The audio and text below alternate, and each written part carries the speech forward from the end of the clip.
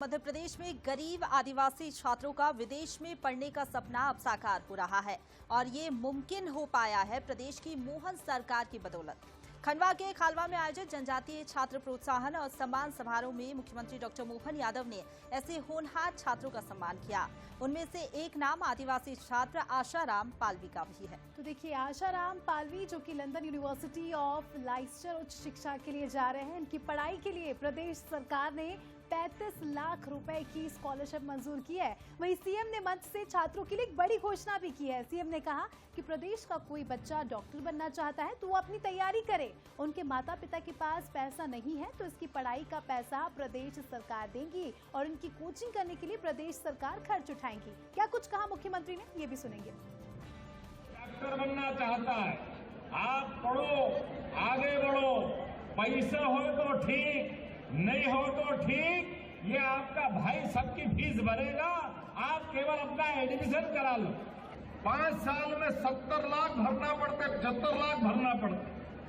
हमने कहा भले 1 करोड़ लगे, लेकिन गरीब के बच्चे बच्ची, आदिवासी के बच्चे बच्ची अपना एडमिशन ले, पूरा पैसा सरकार देगी, 1 पैसा कम नहीं करेंगे। तो आदिवासियों के साथ लगातार मध्य प्रदेश सरकार खड़ी हुई है। कई स्कीम्स चलाई जा रही है, युवाओं को आगे बढ़ाने की कोशिश सरकार कर रही है, लेकिन क्या कुछ रणनीति है, क्या रोड मैप है आगे का, जानने की कोशिश करते हैं। हमारे साथ बीजेपी प्रवक्ता गुंजन चौकसी जी जुड़ गई हैं। गुंजन जी, सबसे पहले तो बहुत स्वागत है आपका बंसल न्यूज पर। आज बड़ा ऐलान मुख्यमंत्री की ओर से किया गया कि छात्रों को स्कॉलरशिप दी जाएगी अगर वो विदेश में पढ़ना चाहते हैं, लेकिन आर्थिक तंगी हम देखते हैं कई बार रोड़ा बन जाती है। आदिवासी युवाओं को आगे बढ़ाने का रोड मैप सरकार का क्या है? देखिए, भारतीय जनता पार्टी की सरकार ने हमेशा 4 जातियों की बात की है। आपने सुना होगा हमारे यशस्वी प्रधानमंत्री श्री नरेंद्र मोदी जी को, उन्होंने कई बार मंचों से कहा है कि जिस देश का युवा सशक्त ना हो, जिस देश का गरीब सशक्त ना हो, महिला सशक्त ना हो या किसान सशक्त ना हो, वो देश आगे नहीं बढ़ सकता। और यही बहुत बड़ा कारण है कि आज भारत के हम इन 4 जातियों के सशक्तिकरण के लिए काम करने के लिए भारतीय जनता पार्टी अब प्रतिबद्ध है। हमारा एक ही लक्ष्य है कि हमें यहाँ के गरीबों का कल्याण करना है, हमें यहाँ के युवाओं का उत्थान करना है, हमें यहाँ की महिलाओं को सशक्त करना है और किसानों का उत्थान करना है। आप देख रहे होंगे, अगर आदिवासी समाज की अगर मैं पर्टिकुलरली अब बात करूं तो आदिवासी के लिए रोटी, कपड़ा, मकान की बात तो सब करते हैं, लेकिन भारतीय जनता पार्टी ने आदिवासी को सम्मान, अधिकार दिलाने की बात की है। आदिवासी समाज के गौरव की बात की। आपने देखा होगा 15 नवंबर का दिन जिस तरह जनजातीय गौरव दिवस के रूप में मनाने की शुरुआत की है, भारतीय जनता पार्टी ने की है। एक दूसरा उदाहरण, एक आदिवासी महिला को संविधान के सर्वोच्च पद पर द्रौपदी मुर्मू जी को प्रेसिडेंट के रूप में बैठाने की जो पहली कोशिश की है, वो भारतीय जनता पार्टी की सरकार ने की है। आप आदिवासी के लिए कई कल्याणकारी योजनाएं, मैं मध्य प्रदेश की बात करूं या मैं केंद्र की बात कर लूं, कई कल्याणकारी योजनाएं चल रही हैं आदिवासी समाज के उत्थान के लिए। और डॉक्टर मोहन यादव जी की सरकार पूर्ण रूप से प्रतिबद्ध है युवाओं के लिए। आप देखा आपने जिस तरह आज मंच से डॉक्टर मोहन यादव जी ने साफ कहा है, अगर कोई भी बच्चा, कोई भी युवा, कोई भी छात्र छात्रा अगर पढ़ने के इच्छुक है और अगर पैसे उसके बीच आ रहे हैं, जो आपका सवाल खड़ा हुआ कि कई बार फाइनेंशियल डिफिकल्टीज के कारण बच्चे अपना सपना नहीं पूरा कर सकते, तो उन सपनों को साकार करने के लिए भारतीय जनता पार्टी की सरकार है। उन बच्चों को उड़ान भराने के लिए भारतीय जनता पार्टी की सरकार है। आज भी उन्होंने स्कॉलरशिप का ऐलान किया मंच से।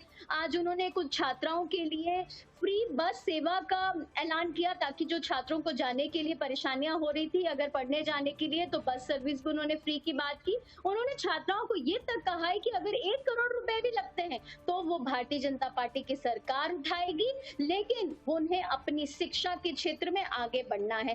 तो देखिए, ये सरकार का संवेदनशीलता दिखाता है। ये सरकार सिर्फ राजनीति या वोट बैंक के लिए नहीं है, ये सरकार बच्चों के साथ खड़ी है, उनके भविष्य के साथ खड़ी है, शिक्षा के क्षेत्र में आगे खड़ी है। जिस तरह आज भारत का नाम, भारत का डंका पूरी दुनिया के आगे बज रहा है, मध्य प्रदेश का नाम अगर आज पूरे भारत के आगे आगे है, तो वही हमारी कोशिश है कि मध्य प्रदेश का हर एक छात्र पूरे देश, पूरी दुनिया में नाम रोशन करे। बिल्कुल कुंजन जी, जिस तरह से आपने कहा फाइनेंशियल सपोर्ट तो यहाँ पर दिया गया है, लेकिन अगर हम खंडवा के आसपास के इलाकों की बात करें तो आदिवासी बाहुल्य कई सारे गांव हैं जहाँ की युवा अभी भी जो है मजदूरी करते हैं, किसानी करते हैं और पढ़ाई को लेकर उनका इतना इंटरेस्ट देखा नहीं जाता। ऐसे में अब क्या आपकी रणनीति रहेगी, क्या रोड मैप आपने तैयार किया है कि युवाओं में उत्साह हो? क्योंकि देखिए बड़ी बड़ी घोषणाएं तो यहाँ पर मुख्यमंत्री ने कर दी, जो कि काफ़ी अच्छी बात है, तो युवाओं में पढ़ाई को लेकर उत्साहित हो वो और अपनी आगे की पढ़ाई वो कर सके, इसको लेकर अब क्या प्लान है?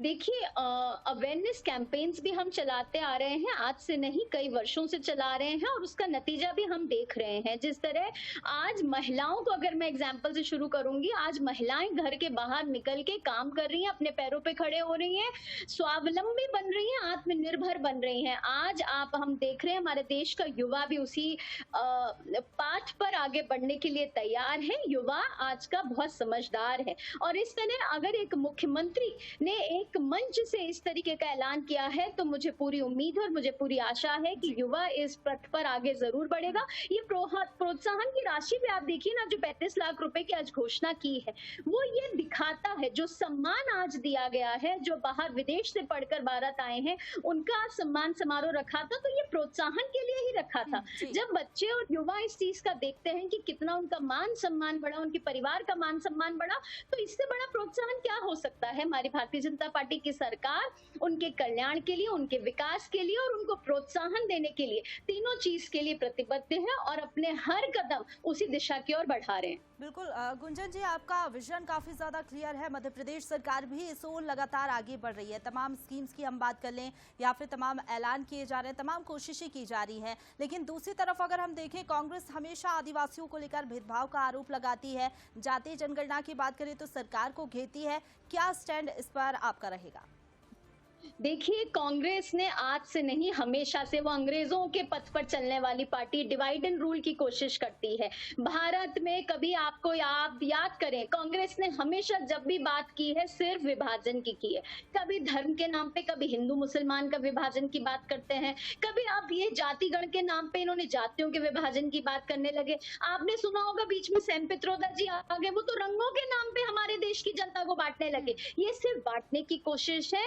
हम पूरे भारत के विकास की बात करते हैं, हम हर क्षेत्र के विकास की बात करते हैं, जनजाति के विकास की बात करते हैं और जो हमारा मूल मंत्र है भारतीय जनता पार्टी का, सबका साथ, सबका विकास, सबका प्रयास और सबका विश्वास, इन पे हम पूर्ण रूप से खरे उतर रहे हैं। और आप देख रहे हैं उसका नतीजा है कि विधानसभा चुनाव में आपने देखा कांग्रेस को कितनी करारी हार देखने को मिली मध्य प्रदेश में। लोकसभा चुनाव में तो आपने देखा शून्य पर बाहर हुई है कांग्रेस मध्य प्रदेश में, पूरी 29 की 29 सीट पे कमल खिला है। तो ये क्या दर्शा रहा है? जनता जनार्दन का प्यार और समर्थन यूं ही किसी को नहीं मिलता। जनता जानती है कि कौन जनता के विकास के लिए यहाँ है और जनता ये भी जानती है कि कांग्रेस सिर्फ अपने परिवार के विकास के लिए यहाँ है। इसलिए कांग्रेस के इस तरीके के जो निराधार आरोप और प्रत्यारोप है, ये उतने ही झूठे हैं जितने की ये पार्टी झूठी है। बिल्कुल गुंजन जी, और जिस तरह से आज मुख्यमंत्री ने बड़ी घोषणा की और देखिए 35 लाख रुपए की मदद की, जो कि अपने आप में एक बड़ी बात है। उम्मीद है कि युवाओं को इससे आने वाले समय में काफ़ी ज़्यादा लाभ मिलेगा और जो मंशा है मुख्यमंत्री की कि अच्छे से पढ़ लिख कर आगे बढ़े, युवा वर्ग खासकर स्वावलंबी बने, ये मंशा उनकी पूरी होगी। बहुत बहुत शुक्रिया आपका गुंजन जी जुड़ने के लिए और जानकारी के लिए।